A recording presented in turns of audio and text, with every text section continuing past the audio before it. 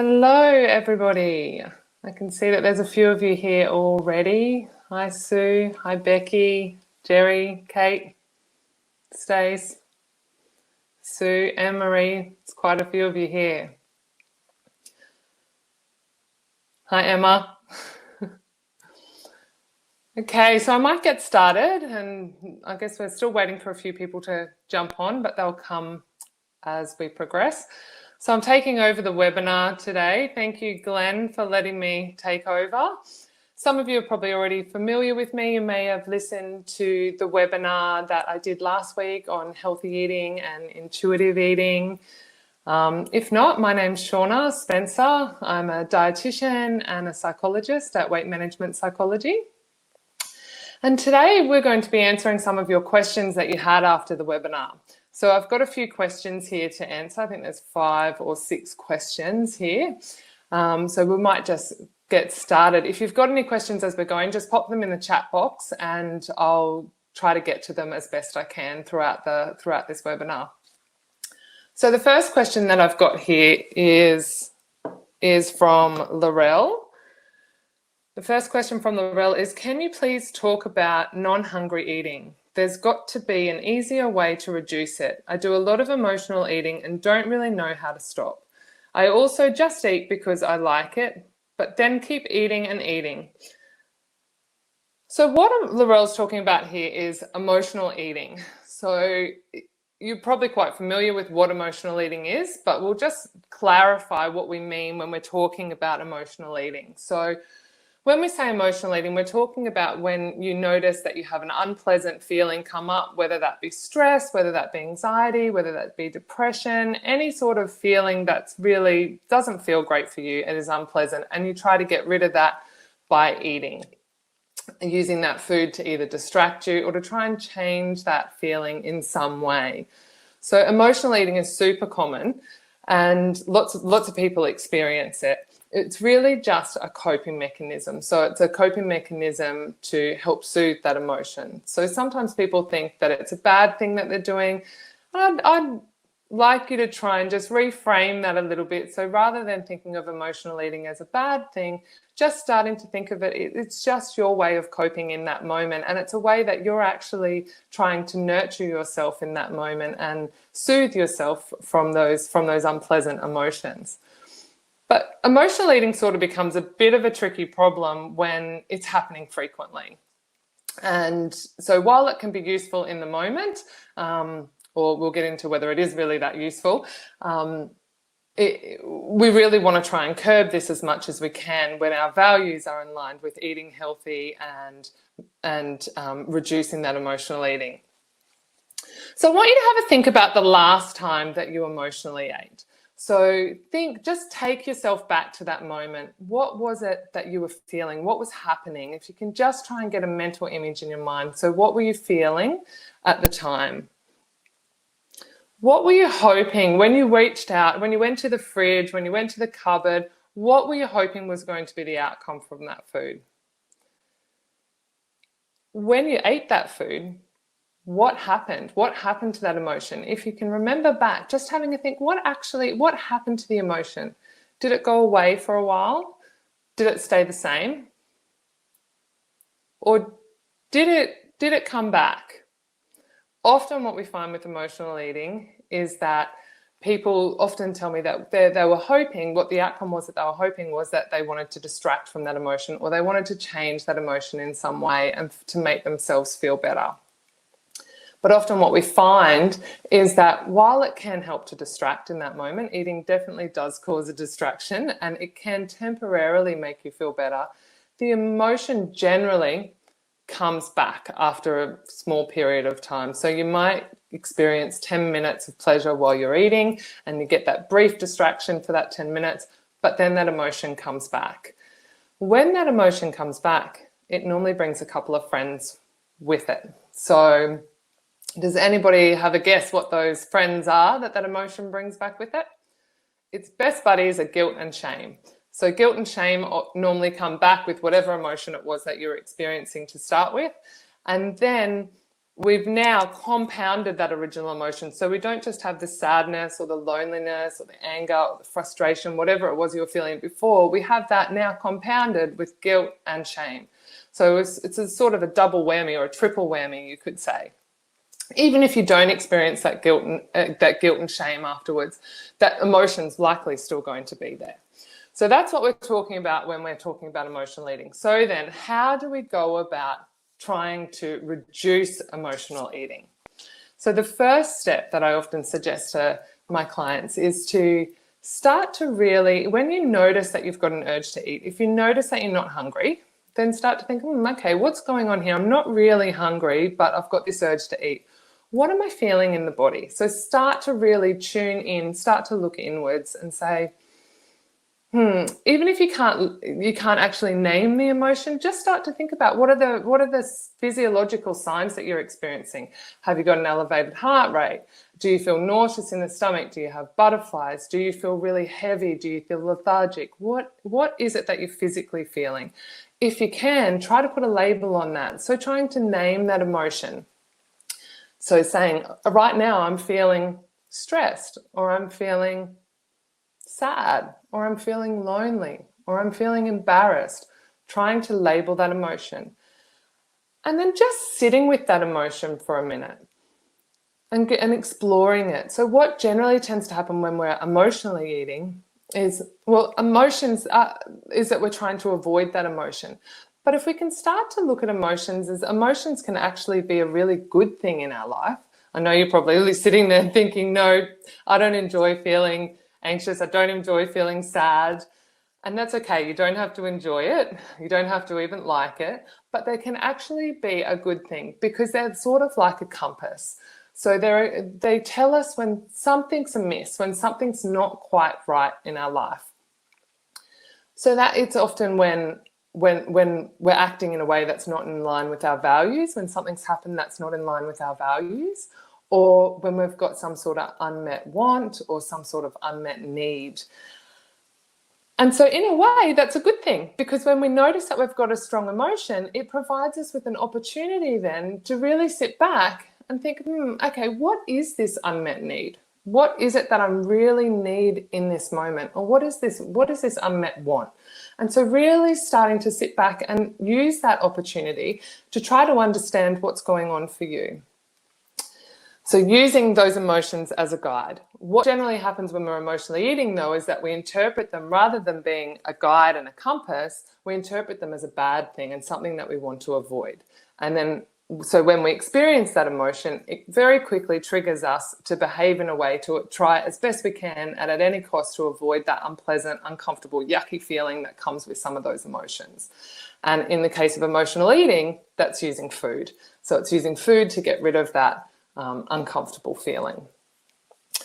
All right, so once we've labeled that emotion, then just sitting with it and saying, it's okay that I'm feeling sad or lonely or embarrassed right now. I don't actually have to change it right now. I can just sit with it and wait and see what happens to that emotion. See if that emotion changes over time or if it stays the same.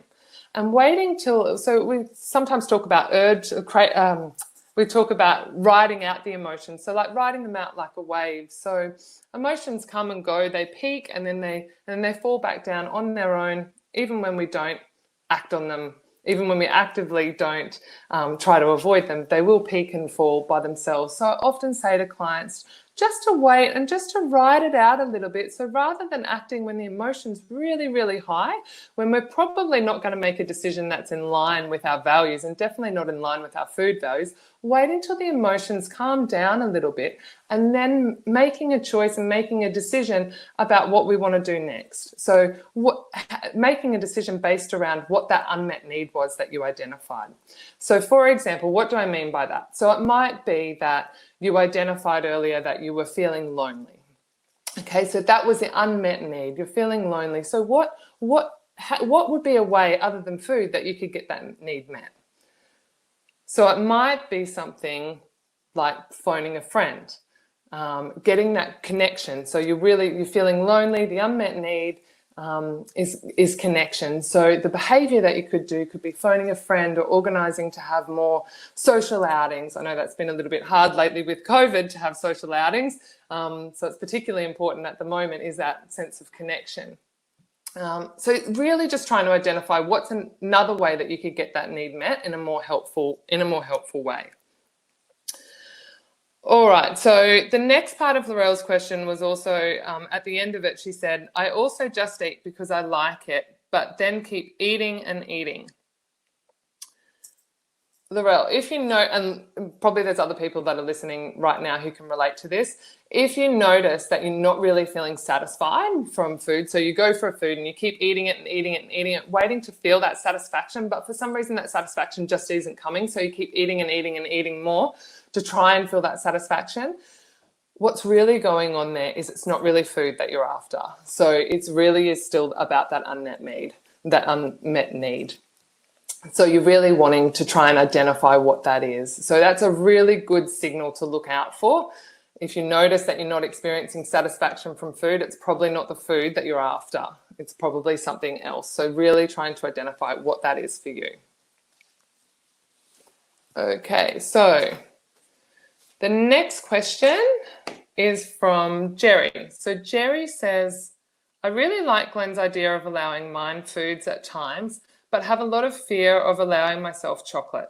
Do you have any practical examples of how I can practice allowing chocolate without my temptation to go free-for-all binge? I have so many years of association, I can't even imagine it being a morally neutral food. So Jerry's question is really relating to the principles of intuitive eating, of letting go of those food rules and allowing all foods into the diet. So this can be a really scary, when I work with clients, I notice this can be a really scary thing that comes up when I bring up that all foods are allowed and you have permission to eat all foods and to let go of those food rules. So let's talk about why it's important, first of all, to let go of those food rules. So food rules are really a key part of the diet/overeating binge cycle. So you're probably already familiar with that cycle, but I will just recap on it just in case you're not. So the diet binge cycle, if we talk about that for a minute, it starts off, so the first factor in that starts off where you might have be concerned about your body shape or weight, and that leads you into choosing a diet. So you pick a diet, and with a diet comes a whole range of strict food rules. Those food rules really govern what you can and can't eat. Over a life, if you've had a lifetime of dieting, like a lot of my clients that I often see, they have a number of food rules, because with every diet that you go on, you get more and more food rules. So these food rules could be things like, I mustn't eat sugar, I mustn't have carbs, I can't eat high-fat foods, I can't eat processed foods, I can't eat dairy, I can't eat grains or bread, I can't eat meat. There can be a whole range of different food rules depending on which diet you're on. So you can imagine the more diets you go on, the more food rules and the more ingrained that those sort of start to become over the years of dieting. What happens when we have these food rules is that it sets up feelings of deprivation. So when we restrict foods from our diet, we often feel deprived, and then that deprivation then sets you up for becoming preoccupied with thoughts about those foods. So if, for example, it's chocolate that you say, yep, I'm not allowed to eat chocolate, that's one of my food rules, I can't have that, then what happens? If you think back to a food that you've restricted in the past, what's happened is that you end up thinking and thinking and thinking about that food. It's like you can't get that food out of your head. And that's a normal response to deprivation. That's what happens when we're feeling deprived. So eventually, after some time, you might eventually give in to those thoughts. And it might start with one small bit of that restricted food. And you think, yeah, I'll just have a small bit. But that very quickly triggers the what the hell effect. So you might be familiar with this. It's when you have something to eat, when you've been on a diet and you think, oh, what the hell, I've blown it now. I've blown the diet. I've had that chocolate, or I've had that high-fat food. I may as well just eat the lot. I may as well just finish it, and then I'll start again tomorrow, or I'll start again after this meal, whenever it might be. And so that's the what the hell effect. And that what the hell effect often leads you to overeating and or binge eating. So, and sometimes that's experienced, you might experience a loss of control with that. So you really feel like you're out of control and you find it really difficult to stop eating at that time. So who can relate with that? Pop it in the comments if you can relate with that cycle. So then, if we think about that binge overeating, binge diet cycle, it makes sense then why you might be feeling scared when someone says to you, all foods are allowed. There's no good or bad foods. All foods are allowed, and we need to start working towards letting go of those food rules. So it makes sense that it's scary, because if you've been stuck in that diet binge cycle for years, your only experience with eating those foods that have been restricted is that when you have a little bit, it straight away leads to binging and overeating. So yeah, so that makes sense that you'd be scared.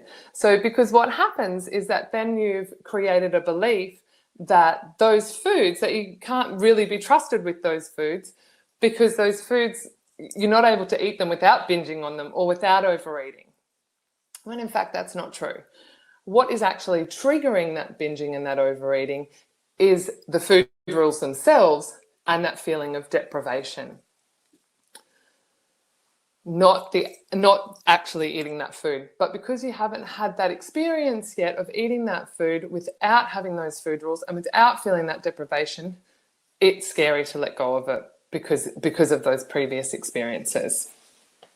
So from a non-dieting perspective then, you have permission to eat all foods.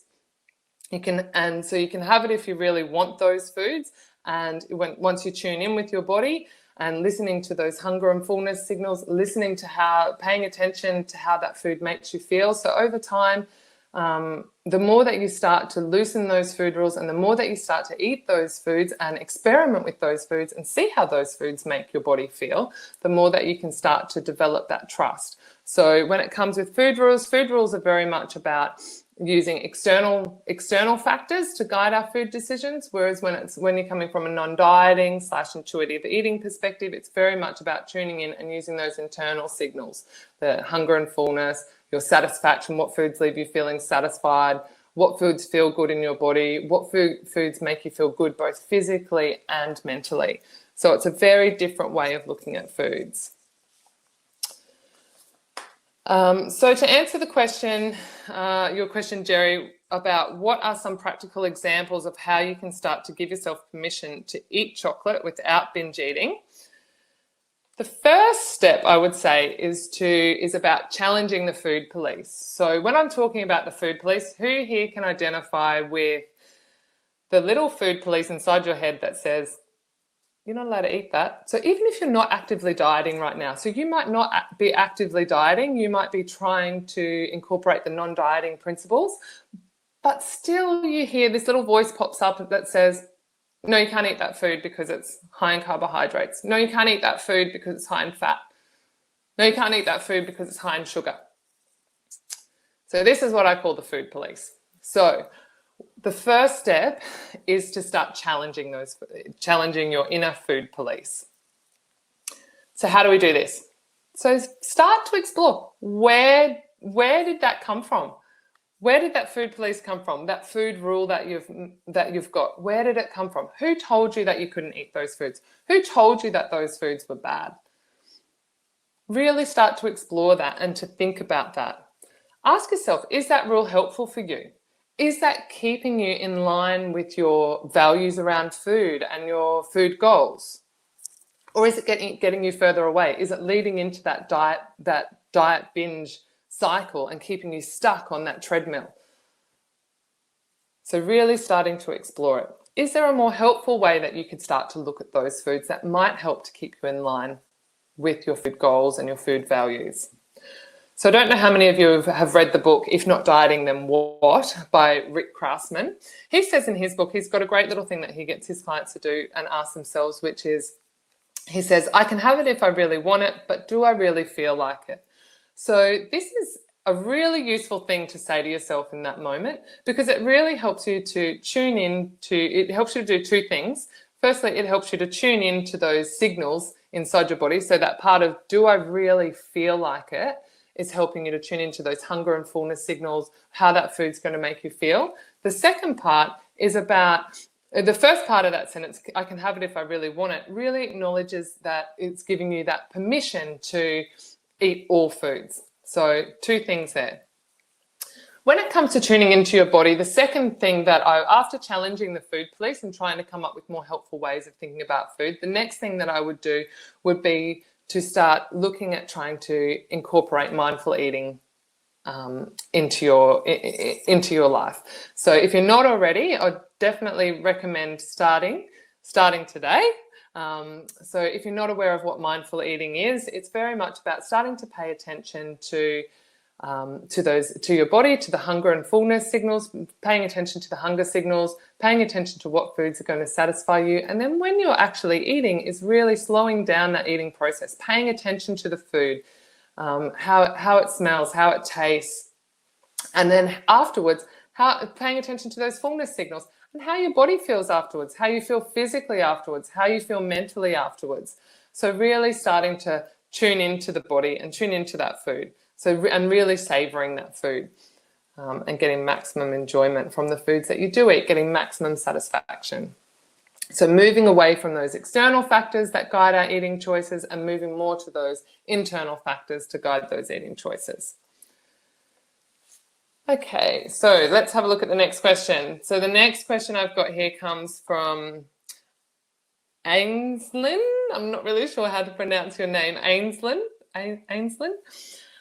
She says, I'd love to know if you have any tips on neutralizing certain foods. Pasta is one of my favorite foods, but it also has the carbs are bad tag for me. So Ainslin, hopefully I just answered that question in that last one. Some of it I would have answered. I did just want to talk about neutralizing those foods and working to overcome the food police and those food rules by challenging it and really tuning in. But I did just want to talk about carbs for a moment, because this is something that often comes up with my clients. It's a big one that I hear people talk about, is that carbs are bad. And I would really challenge you to really have a look and explore, where did that belief come from? Why is it that you think that carbohydrates are bad? A lot of my clients say to me that they're fattening, that they've been told that carbohydrates are fattening and therefore they can't eat carbohydrates. So what does a dietitian think about this? What I would say to you is, when we're talking about carbohydrates, the carbohydrates can be found in a lot of foods. So can be found in fruits, can be found in vegetables, can be found in your breads and cereals, can even be in your dairy products. So carbohydrates are in a large majority of foods. I'm going to assume from your question, Aslan, that you're referring to breads and cereals, the grains, sort of carbohydrates, because that's generally what most of my clients are referring to when they say carbohydrates.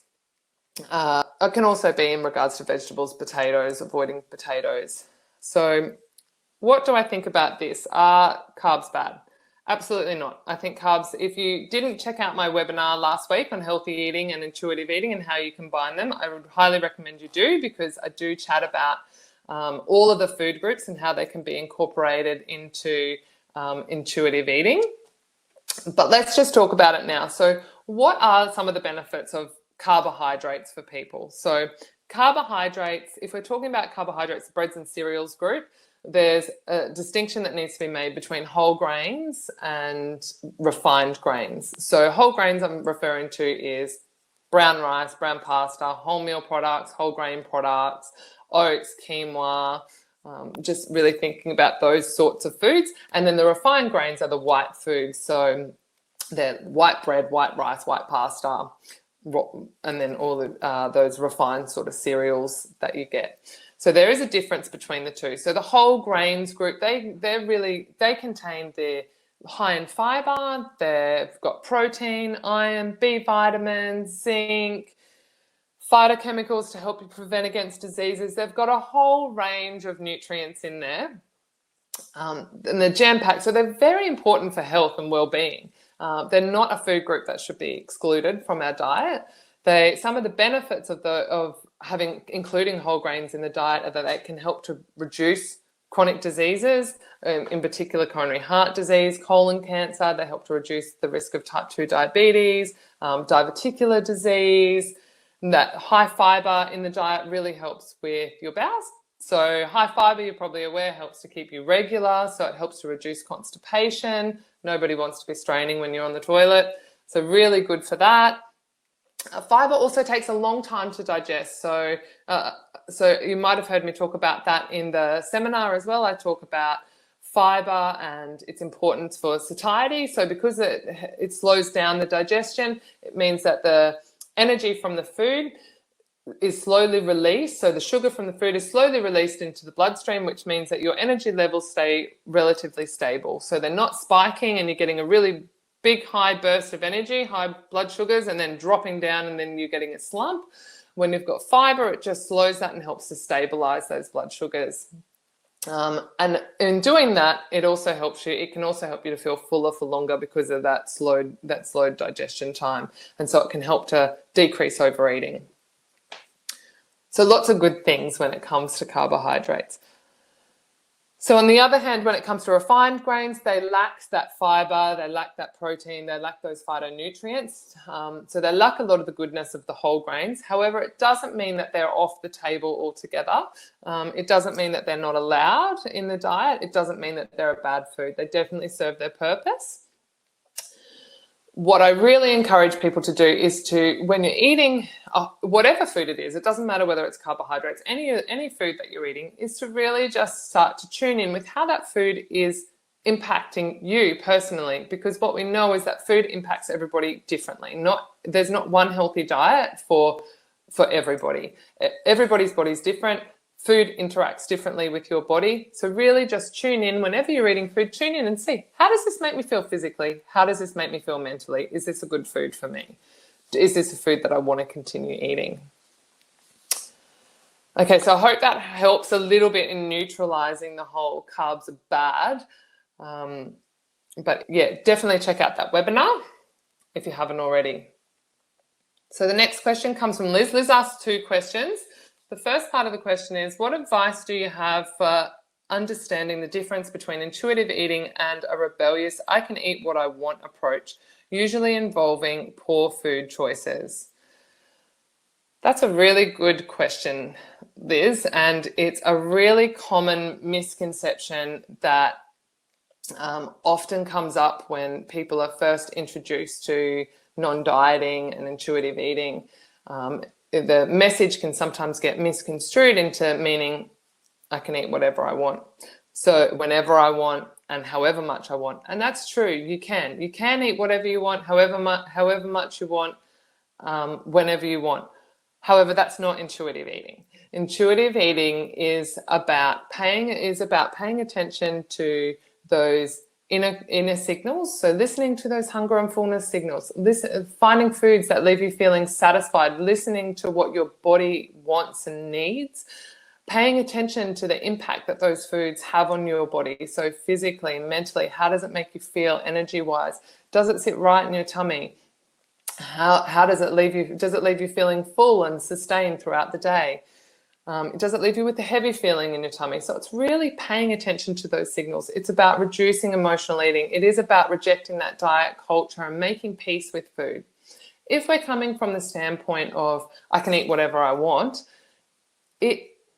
often when I see people eating that way, they're not really paying attention to hunger and fullness signals, and they're not really paying attention to how that food is making them feel. If they're even feeling satisfied from that food, they're not really eating those foods mindfully. They're just eating it for the sake of eating those foods. And I would also say that they're not really rejecting that dieting mentality and making peace with food, because they're rebelling against it. So we can only really rebel against something when there's some rules that are there. So that means that there's still those rules around dieting, and then it's just at the other end of the scale. So rather than following those rules, you're rebelling against those rules. With intuitive eating, there isn't any need to rebel because there isn't those rules around food.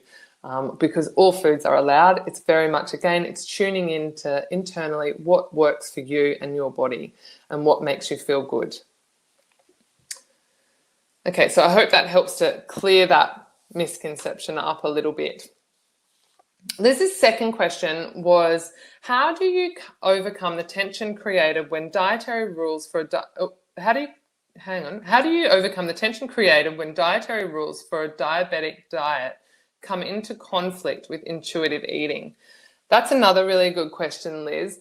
And this really relates, the answer I'll give really relates to anybody that has some sort of health condition that's impacted by food. So whether it's, even if you have a food intolerance, whether you have high cholesterol or whether you have diabetes, it's very similar advice that I would give. So what we're talking about here is food rules, right? So if you've got diabetes, you may have been advised to cut carbohydrates, limit carbohydrates. If you've got a food intolerance, you may have been told not to have that food at all. So we're tapping into some strict food rules come up when we have health conditions that are impacted by food. And they're not just coming from you, they're coming from health professionals, doctors.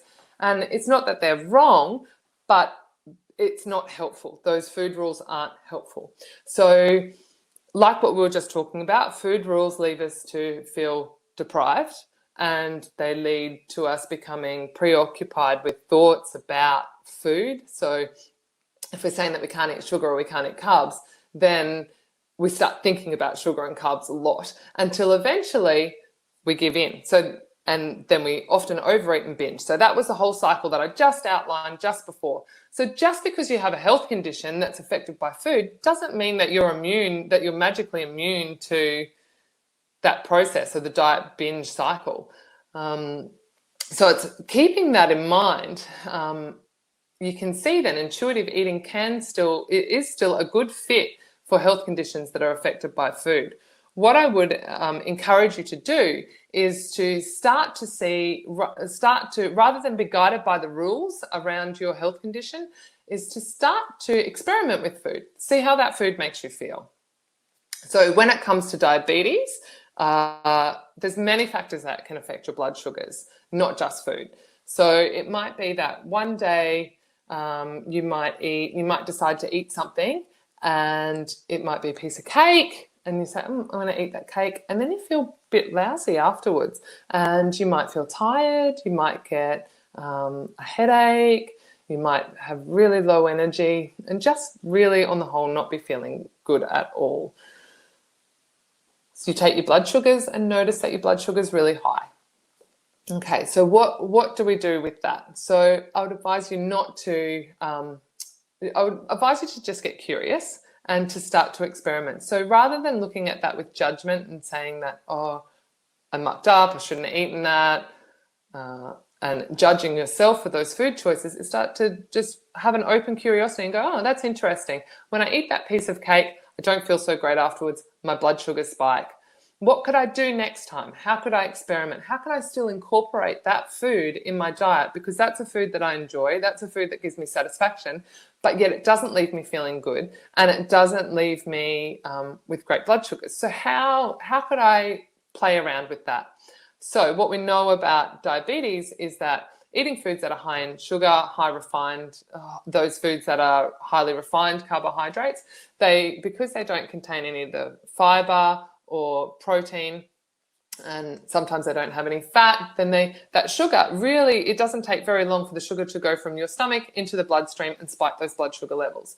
So maybe what you could do next time is experiment with saying, okay, well, I might have that piece of cake, but with it, I might have something that's high in protein, or I might have something high in fiber, or add some fat into it, so that it really slows down that process of digestion and slows down how quickly those sugars leave the gut and go into the bloodstream to really help to stabilize. And then next time when you do that, check in. How are you feeling afterwards? Do you feel better this time? Where's your blood sugars at? So it's really, again, I can't stress how important it is to really just check in with yourself and not be guided by other people's rules around around what foods are okay and what foods aren't okay, even when it comes to a health condition. So because you're not immune to that diet binge cycle, and the more that you can start to allow all foods and find foods that work for you and try to eat in a way that is intuitive and tuning in with those signals within your own body, then the better that you're going to be at managing your health condition in the long run anyway. So hopefully that helps to make a little bit more sense. Okay, what's the next question I've got here? Okay, this one is from Bryn. She says, is there really an issue with sugar-free alternatives? I do genuinely enjoy them, but I find myself allowing them more often due to the fact that they aren't calorific. So again, I actually did cover this in our healthy eating and intuitive eating webinar. If you haven't checked it out, Bryn, jump on and check it out. But I'll just recap quickly for those that haven't seen it. So when it comes to diet foods, whether that be sugar-free foods, fat-free foods, low carb, low fat, whatever it is, the question that I always get people to ask is, what is the intention behind eating those foods? So is your intention coming from a place of restriction and dieting? And that's why you're eating those foods? If it is, then normally what I'll see is that people aren't really tuning into those hunger and fullness cues. They're not really tuning into how that food is making them feel. They're very much being guided by that external rule of, I can eat this food because it's low in fat or it's low in sugar. And then because we're not looking inward, we're then guided by that rule, and we'll overeat on that food. So you might overeat till you're uncomfortably full, or you might not, but it's still that looking at the differentiation. Are you using those external rules, or are you looking internally? And what is that intention? Is it coming from a place of restriction? So if we're looking at that intention, if it's not coming from a place of restriction, that you do just genuinely enjoy the taste of that food and that food makes you feel satisfied, then I say, yeah, then that's great. So the thought that often accompanies that is that I enjoy that food, it tastes good. The behavior that follows when we're eating a food because we enjoy it and because it is satisfying for us and we like that food, we're more likely then to tune in with our body and tune into those internal signals and eat an amount that feels right for us and that works for our body. So we don't have to overeat on that food. So I hope that should clear that one up for you. So and the other point, and I'm just looking at my notes here that I make sure I've covered it. So if you are restricting foods and you're eating diet foods, often what you find is that if you actually ate some of the real food that you really wanted, rather than choosing a healthy swap or an alternative food that's low in sugar or low in calories, then you eat that food mindfully and you pay attention to that eating experience, you'll often find that you feel more satisfied afterwards and don't need to overeat on that food when you eat the food that you really want. Sometimes what can also happen is when we start to eat those diet foods in place of the food that we really want, we might not really feel that satisfied and continue to eat other foods, and then eventually we end up eating the food that we were craving to start with, because that's the thing that's going to make us feel satisfied in that moment. Okay, next question.